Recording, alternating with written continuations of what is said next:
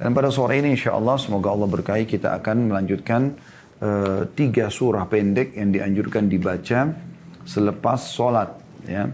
Dan ada hadis yang menyebutkan anjurannya agar dibaca selepas subuh dan maghrib 3 kali. Dan kalau sholat rubaiyah atau sholat 4 rakaat ya, duhur, asar dan isya dibacanya sekali-sekali. Yaitu membaca Al-Ikhlas, kemudian membaca Al-Falaq dan membaca An-Nas. Tentu kita sudah tahu semua 3 surah mulia ini. A'udzu billahi minasyaitonir rajim. Bismillahirrahmanirrahim. Qul huwallahu ahad. Allahus samad. Lam yalid wa lam yulad wa lam yakul lahu kufuwan ahad. Katakanlah hai Muhammad dan syiarkan, sampaikan kepada seluruh umat manusia, bahkan jin juga, bahwasanya dialah Allah yang Maha Esa. Jadi tunggal, gak ada yang bersama dengan Allah Subhanahu wa taala, tidak punya suami, tidak punya istri, tidak punya pasangan. Intinya tidak punya pasangan. Allah Subhanahu wa taala sempurna sebagai pencipta dan tidak seperti kita makhluknya. Dan Allah Subhanahu wa taala juga ya, tidak ada yang mengawalinya dan tidak akan pernah ada akhirnya.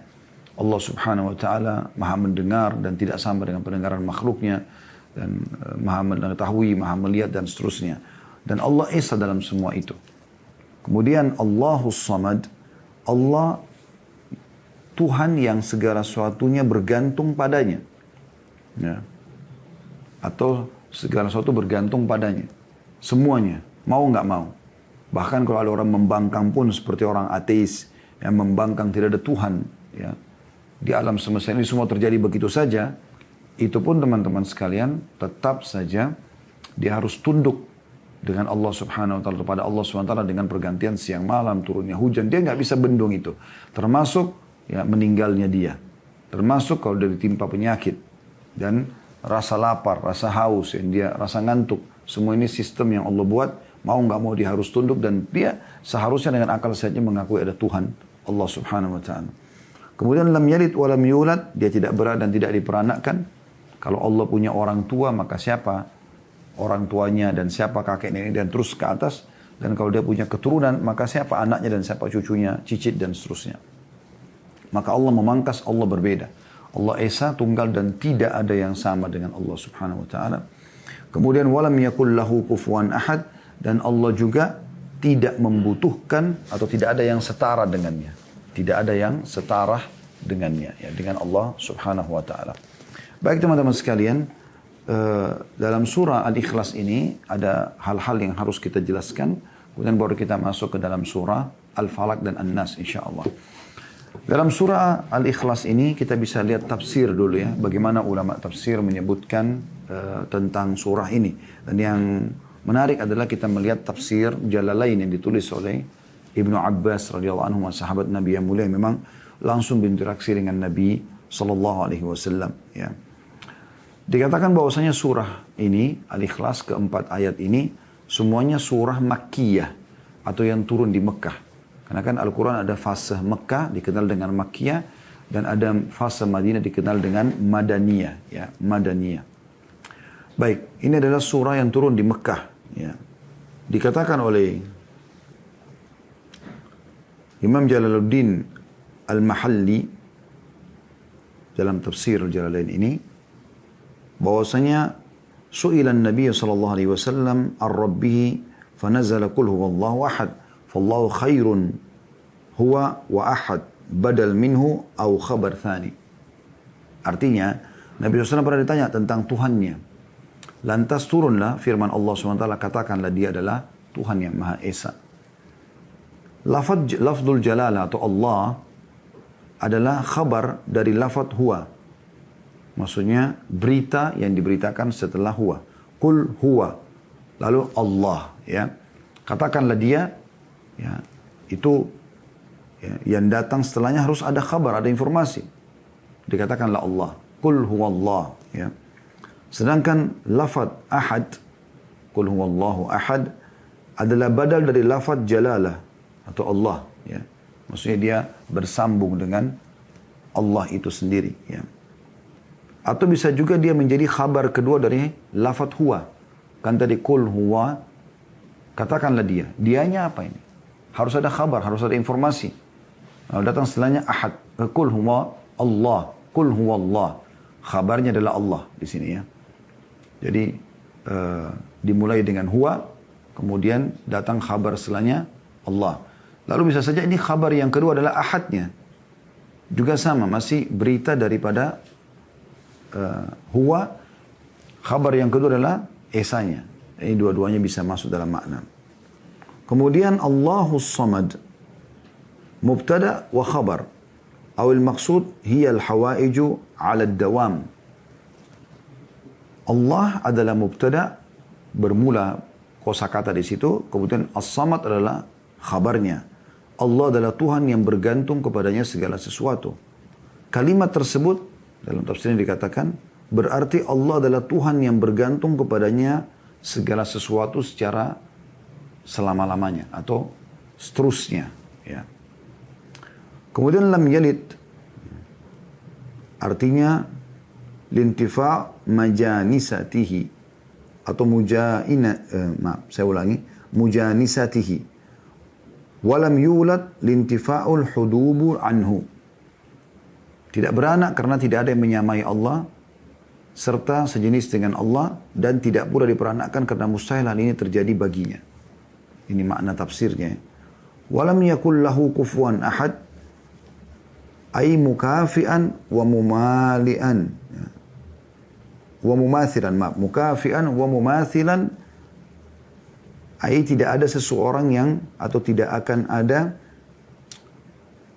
atau tidak bergantung pada sesuatu atau pada siapapun, karena memang tidak akan ada pernah yang bisa melakukan itu. Tidak akan pernah bisa ada yang memenuhi Allah Subhanahu wa ta'ala. Ya.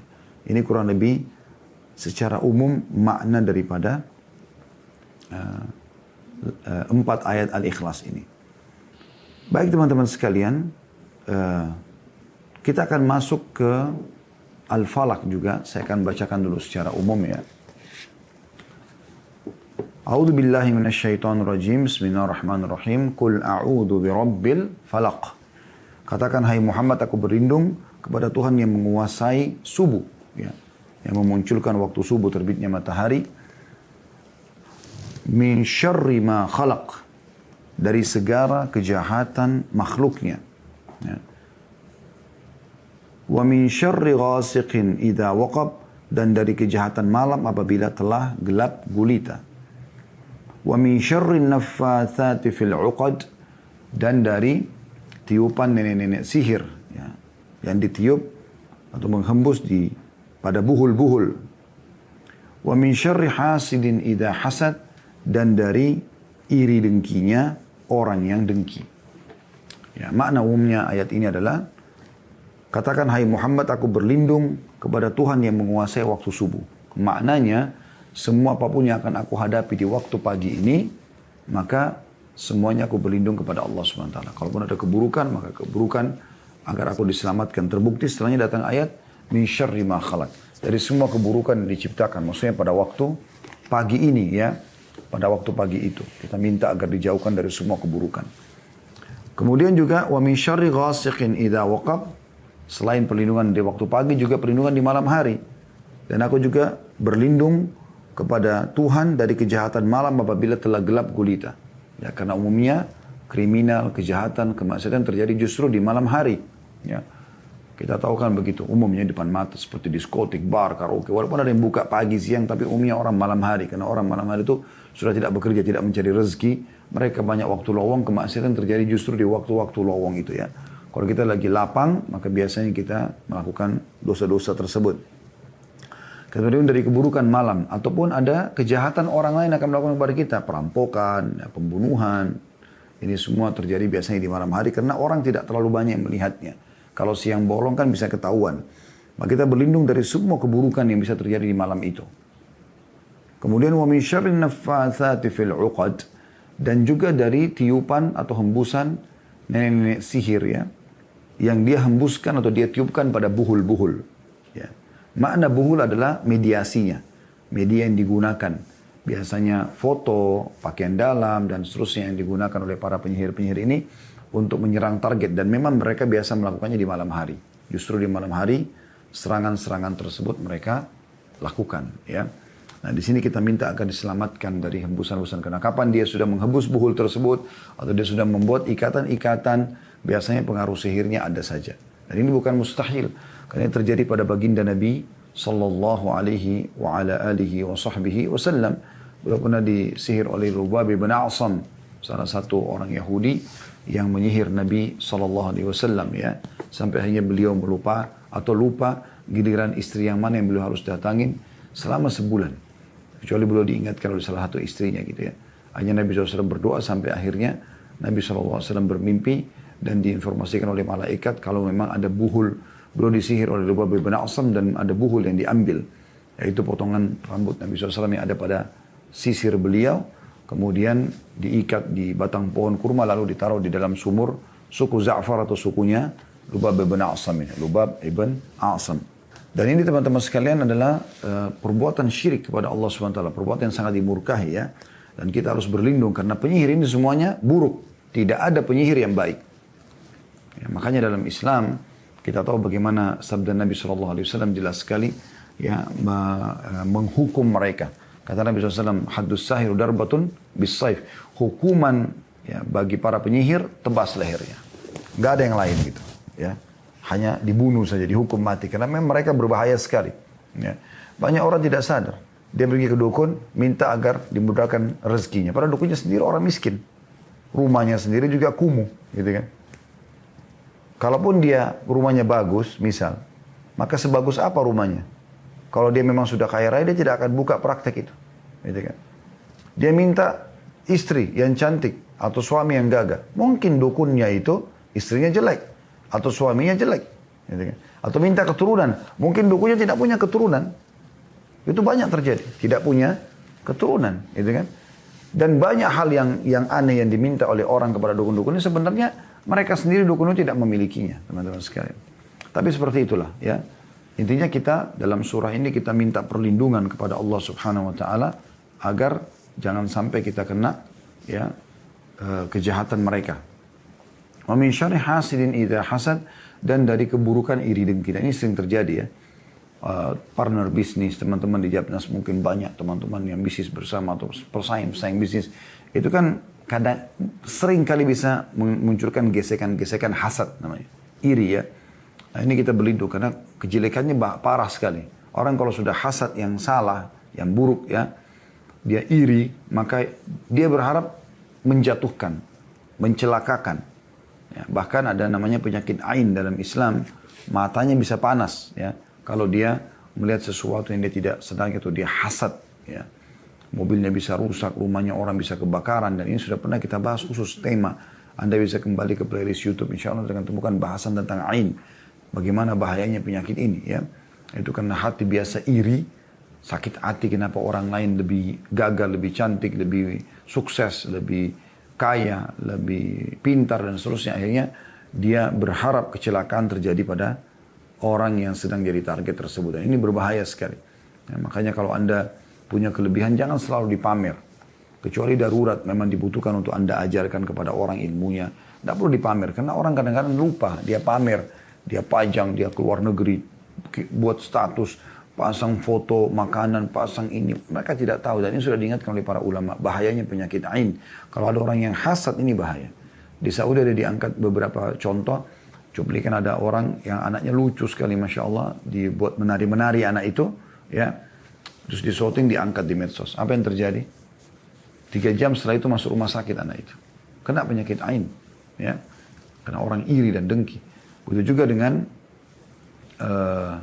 terjadi di Riyadh ya, di ibu kota Saudi beberapa waktu yang lalu. Ada satu anak pintar sekali, cerdas, selalu juara di sekolahnya. Ya. Bahkan sudah kuliah anak ini, subhanallah. Dia kemudian divonis oleh dokter, tiba-tiba hafalannya hilang. Dan dia divonis oleh dokter, di otaknya itu ada cairan dan harus dioperasi, dikeluarkan. Maka salah satu kerabatnya kebetulan paham agama, dia sebelum eksekusi atau dilakukan operasi ini, dia bertanya kepada salah satu syekh ya, salah satu ulama di Riyadh, ini ada terjadi seperti ini. Kata syekhnya, coba cari, ada nggak keluarganya yang hasad sama dia, yang iri sama dia? Ya. Kalau ada, coba minta air wudhunya, ya, atau air mandinya lalu disiramkan kepada dia. Mereka telusuri satu persatu, ternyata mereka temukan memang ada satu tantenya, anak ini, yang anaknya tantenya itu kuliah sama anak ini, dan selalu merasa ponakannya ini saingan. Maka mereka lalu merayunya baik-baik, bicara baik-baik, sampai akhirnya dia bersedia memberikan air wudhu, lalu disiramkan kepada orang ini. Subhanallah, beberapa 1 jam setelah itu hilang cairan di otak tersebut dan tidak jadi dioperasi. Jadi begitu luar biasa bahayanya penyakit ain atau karena disebabkan karena hasad ini ya. Dan itu sudah disebutkan oleh Nabi SAW, innal aini lal haq, mata panas itu benar terjadi ya, itu karena hasad dan iri. Dan juga kata Nabi SAW, hati-hati dengan ain, karena dia yang bisa membawa manusia ke dalam kuburan dan membuat unta masuk ke kuali. Dalam riwayat lain, hati-hati dengan ain, karena mayoritas umatku justru meninggal karena ain penyebabnya ya. Cuma sayang kita di Indonesia tidak terlalu memperhatikan tentang poin ini ya. Dan kiat-kiatnya supaya tidak kena, kita selalu zikir pagi petang, zikir keluar rumah. Kemudian kalau ada orang yang melihat misalnya memuji, kita selalu mengatakan Masya Allah ya, Tabarakallah ya, Masya Allah, la hawla wa la quwata illa billah, kita sebutkan itu. Maka itu insya Allah bisa menjadi tameng. Makanya di Saudi itu biasa di mobil ditulis kaligrafi Masya Allah, di rumah mereka pintu masuk tulis itu. Jadi mereka justru itu, dan mereka menjaga tidak selamanya harus dipamer dan diceritakan kepada orang ya. Disayangkan kalau di negara kita justru orang expose sengaja di medsos, update sekali status di WA, di medsosnya, semuanya kelebihan-kelebihan diekspos. Kadang-kadang kemesraan rumah tangga bahkan dipamer ya. Hamil positif dipamer, akhirnya keguguran dan banyak terjadi. Tapi mereka tidak tahu kalau itu mungkin penyebab daripada ain ya. Harus hati-hati, dan ini Al-Falaq termasuk melindungi kita dari masalah itu semuanya. Kemudian An-Nas ya. A'udzubillahi minasyaitonirrajim. Bismillahirrahmanirrahim. Qul a'udzu birabbin nas, malikin nasi, ilahin nasi, min syarril waswasil khannas, alladhi waswisu fi sudurin nas minal jinnati wan nas. Katakan, hai Muhammad, aku berlindung kepada Tuhan yang memelihara dan menguasai manusia. Ya. Raja manusia, sembahan manusia, dari kejahatan bisikan syaitan yang biasa bersembunyi, yang membisikkan kejahatan ke dalam dada manusia, dari golongan jin dan juga manusia. Teman-teman sekalian, ayat-ayatnya jelas sekali maknanya, artinya kita berlindung dari bisikan-bisikan syaitan yang biasa ditiupkan ke dalam hati kita. Jadi kalau ada bisikan mengajak kepada kemaksiatan, berarti dari syaitan. Ada bisikan melakukan perbuatan baik, berarti dari Allah Subhanahu Wa Taala. Maka kita harus hati-hati dalam masalah-masalah seperti ini.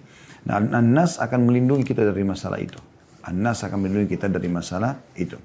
Baik, ini diantara hal yang dianjurkan dibaca setiap habis sholat. Jadi kalau kita hitung sebenarnya, kalau 5 waktu sholat, ada hadis yang menjelaskan, dari saya bilang di awal pertemuan, Al-Ikhlas, Al-Falaq, An-Nas, kalau subuh dan maghrib dibaca 3 kali. Ya. Kemudian di sholat rubai atau sholat 4 rakaat, duhur, asar, maghrib, duhur, asar dan isya, ini dibaca sekali-sekali.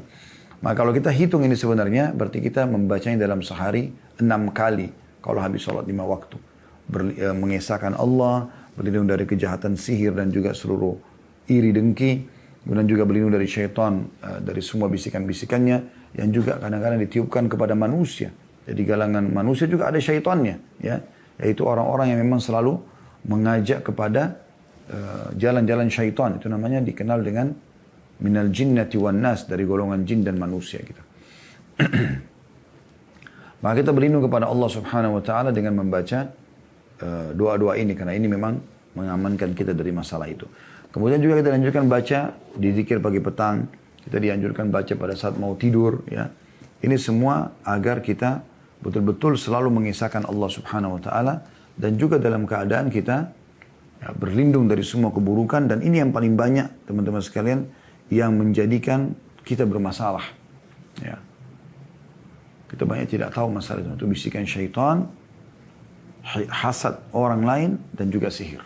Ini 3 poin yang difokuskan dalam surah-surah ini ya, atau 2 surah Al-Falaq sama An-Nas yang dikenal dengan Mu'awwidhatain. Baik, kita masuk dulu teman-teman sekalian ke Qul huwallahu ahad, Al-Ikhlas. Al-Ikhlas ini cukup banyak hadisnya ya. Yang pertama hadis Mu'adz bin Anas al-Juhani radhiyallahu anhu, beliau berkata bahwasanya Rasulullah SAW bersabda, man qara'a qul huwallahu ahad hatta yakhtimuha atau hatta yakhtimaha 10 marrat bunya lahu qasran fil jannah. Barang siapa yang membaca qul huwallahu ahad 10 kali, ya, merampungkan, membaca sampai tuntas bismillahirrahmanirrahim, wallahu ahad, Allahus samad, lam yalid wa lam yulad wa lam yakul lahu kufuwan ahad, diulangi lagi sampai 10 kali, maka akan dibangunkan baginya istana di surga. Ya, jadi kalau Anda baca habis sholat, ya, sekali-sekali misalnya tadi kalau sholat 4 rakaat, atau habis subuh Anda baca 3 kali, habis maghrib 3 kali, maka Anda sudah punya istana di surga. Karena kan kalau habis subuh saja 3 kali sudah langsung dapat, ini 3 kali. Tambah habis maghrib 3 kali juga, ya. Kemudian tambah setiap sholat 4 rakaat satu kali, berarti 9 kali. Tinggal Anda tambah 1 kali, Anda akan mendapatkan istana di surga. Bisa juga Anda khususkan lagi, Anda baca juga Al-Ikhlas selain daripada zikir habis sholat, zikir mau tidur, Anda baca sendiri qul huwallahu ahad 10 kali untuk mengejar keutamaan ini. Hadis ini hadis riwayat Imam Ahmad dan disahihkan oleh Syekh Albani. Kemudian juga dianjurkan membaca Al-Ikhlas ini di sholat sunnah al-fajr, ya. Kita tahu sunnah Nabi SAW dalam hadis Abu Hurairah radhiyallahu anhu bahwasanya Rasulullah SAW qara'a fi raka'atil fajr, bahwasanya Nabi SAW atau Rasulullah SAW membaca di 2 rakaat sunnatul fajr qul ya ayyuhal kafirun dan qul huwallahu ahad. Rakaat pertama qul ya ayyuhal kafirun dan rakaat kedua qul huwallahu ahad, ya. Hadis ini riwayat Muslim. Juga Ibnu Umar meriwayatkan dan beliau berkata, aku memperhatikan Nabi SAW selama sebulan. Beliau biasa membaca 2 rakaat sebelum subuh qul ya ayyuhal kafirun dan qul huwallahu ahad. Hadis riwayat Tirmidzi, ya. Kemudian juga Nabi SAW bersabda dalam hadis yang lain diriwayatkan Ibnu Khuzaimah dan disahihkan oleh Syekh Albani, kata Nabi SAW, nikmatus suratani, ya, nikmatus suratani yaqra' bihima fi rak'atayn qabla al-fajr qul huwallahu ahad dan qul ya ayyuhal kafirun. Sebaik-baik surah yang dibaca 2 rakaat sebelum subuh adalah qul huwallahu ahad dan qul ya ayyuhal kafirun. Kemudian juga ada anjuran membaca di ba'diyah maghrib, ya, di ba'diyah maghrib. Dalam hadis Abdullah bin Mas'ud radhiyallahu anhu, saya langsung terjemahkan saja, ya. Aku tidak dapat menghitung karena sangat sering mendengar Rasulullah SAW membaca di 2 rakaat ba'diyah maghrib qul ya ayyuhal kafir, qul huwallahu ahad dan qul ya ayyuhal kafir, atau qul ya ayyuhal kafirun dan qul huwallahu ahad. Ya, berarti anjuran selalu mengulang-ulanginya, ya. Kemudian juga di sholat witir, ya, disebutkan dalam sebuah riwayat bahwasanya Aisyah berkata radhiyallahu anha, Nabi SAW, ya, membaca di rakaat pertama witir sabbihisma rabbikal a'la, dan membaca di rakaat kedua qul ya ayyuhal kafirun, dan baca di rakaat ketiga qul huwallahu ahad. Begitu juga teman-teman sekalian disebutkan dalam riwayat Jabir bin Samurah radhiyallahu anhu bahwasanya di hari Jumat juga dianjurkan, ya, di sholat maghrib membaca di rakaat pertama Al-Kafirun dan rakaat kedua Al-Ikhlas, ya. Sebagaimana disebutkan dan hadis ini disahihkan oleh Syekh Albani dalam riwayat karena Nabi SAW yaqra' fi salatil maghrib lailatul jum'ah, bahwasanya Nabi SAW membaca di sholat maghrib di malam Jumat, ya, di malam Jumat qul ya ayyuhal kafirun wa qul huwallahu ahad. Kemudian juga dianjurkan membaca di belakang maqam Ibrahim sebagaimana disebutkan dalam hadis, ya, yang disahihkan oleh Syekh Albani bahwasanya disebutkan bahwa Nabi SAW menjadikan maqam Ibrahim di tengah-tengah di antara diri beliau dengan Ka'bah, lalu beliau melaksanakan sholat 2 rakaat, dan 2 rakaat tersebut, ya, dengan membaca qul huwallahu ahad dan qul ya ayyuhal kafirun, ya. Dalam riwayat lain qul ya ayyuhal kafirun baru qul huwallahu ahad, ya. Jadi ini anjuran untuk membaca surah ini. Kemudian yang terakhir adalah membacanya juga di pagi dan petang, ya. Maaf, ini tambahannya, di pagi dan petang itu dibagi seperti kita baca, biasa di pagi hari kita baca 3, di sore hari kita baca 3, Al-Ikhlas 3 kali, Al-Falaq 3 kali, An-Nas 3 kali, dan itu kita sudah tahu di dalam zikir pagi petang, ya. Kemudian juga dianjurkan membaca teman-teman sekalian sebelum tidur. Jadi tadi saya bilang yang terakhir itu keliru ya. Nah, kita luruskan kembali. Sebelum tidur juga dianjurkan. Riwayat Bukhari bahwasanya Aisyah radhiyallahu anha mengatakan bahwasanya Nabi SAW kalau hendak tidur maka beliau membaca Qul Huwallahu Ahad, Qul Huwallahu Falaq dan Qul Huwallahu Nas, selalu meniup telapak tangan beliau. Kemudian beliau mengusap ke seluruh tubuhnya. Ya, jadi ini berarti ada anjuran untuk membacanya ya. Dan ketiga surah ini kalau kita gabungkan teman-teman sekalian, umumnya memang tidak terpisahkan ya. Dizikir pagi petang, dibaca 3 kali Al-Ikhlas, 3 kali Al-Falaq, 3 kali An-Nas. Selepas sholat, ya, seperti yang kita pelajari, setelah Al-Ikhlas baca Al-Falaq, baca An-Nas gitu kan. Pada saat mau tidur baca juga Al-Ikhlas, Al-Falaq, An-Nas gitu kan. Cuma dalam sholat tadi, kalau sholat tadi memang ada sudah kita sebutkan digabungkan antara Qul Huwal Kafirun dan Qul Huwallahu Ahad ya. Tapi di sini kalau 3 surah ini umumnya digabungkan ya.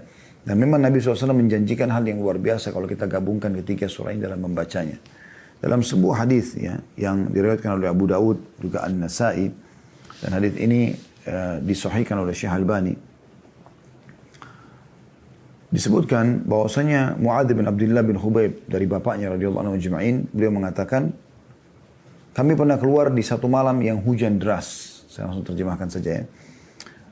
Keluar mencari Rasulullah SAW untuk sholat bersama kami dan kami temukan beliau. Tapi tidak disebutkan di mana. Kemungkinan besar di luar rumah beliau SAW. Kemudian beliau tiba-tiba mengatakan kepada kami, bacalah. Maka aku pun, kata Abdullah, aku terdiam, aku tidak membaca. Ya. Karena tidak tahu harus baca apa. Abdullah bin Khubayb mengatakan. Lalu Nabi SAW ulangi kedua kali, bacalah. Aku juga terdiam. Ketiga kali, bacalah. Maka aku pun mengatakan, apa yang harus aku baca ya Rasulullah? Kata Nabi SAW, Qul Huwallahu Ahad, ya. Qul a'udzu birabbil falaq dan Qul a'udzu birabbin nas. Ketika sore dan ketika pagi sebanyak 3 kali. Maka ayat-ayat ini akan mencukupimu atau menjagamu dari segala keburukan. Jadi artinya dengan membaca 3 kali di pagi hari dan 3 kali di sore hari, ya. Ini juga termasuk kan habis sholat kan juga kita baca ya. Maka akan diselamatkan dan dipenuhi segala kebutuhan. Jadi diberikan semua kebaikan-kebaikan dari rezeki dan juga diselamatkan dari segala mara bahaya. Ya. Dan ini penting untuk digarisbawahi teman-teman sekalian ya, agar jangan sampai luput dari kita ya. Begitu juga kita sudah tahu tadi saya sampaikan hadis Bukhari, Aisyah mengatakan kalau Nabi SAW mau tidur beliau tidak bicara, lalu beliau mengucapkan atau membaca Al-Ikhlas 3 kali, Al-Falaq 3 kali, An-Nas 3 kali, meniup telapak tangan lalu mengusap seluruh tubuh yang beliau bisa jangkau ya. Sebagaimana disebutkan dalam hadis Bukhari ya. Dan ini juga digajikan oleh para ulama pegangan tentang masalah ruqyah syari'iyah ya. Jadi kalau Anda merasa sering mimpi buruk, sering merinding kalau dengar ayat atau mendengar azan, malas beribadah, Anda baca ketiga surah ini, tiup telapak tangan lalu usap ke tubuh Anda. Ya, kalau Anda merasa terganggu, nggak enak, merinding di sisi kanan, sisi kiri, sisi kanan ya, maka Anda bacain dan usapkan ke tubuh. Insya Allah ini akan sangat bermanfaat sebagaimana Nabi SAW praktikan pada saat mau tidur ya.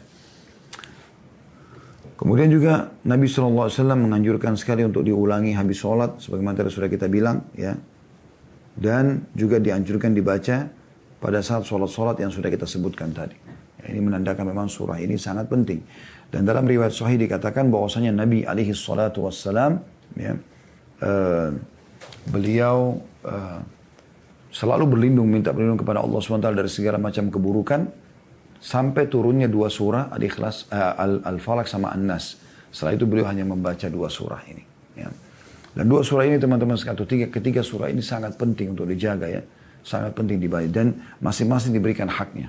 Maksudnya ada orang kadang-kadang habis subuh kan ada zikir pagi ya, kita baca juga Al-Ikhlas, Al-Falaq, An-Nas 3 kali kalau kita mau zikir pagi. Habis subuh juga dianjurkan baca Al-Ikhlas, Al-Falaq, An-Nas 3 kali. Jangan Anda mengatakan, oh tadi kan saya habis sholat saya sudah baca tuh.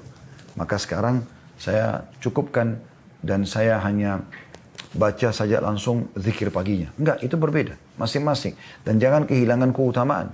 Apalagi Al-Ikhlas. Yang kata Nabi SAW, apakah seseorang di antara kalian ya luput darinya sepertiga Al-Quran?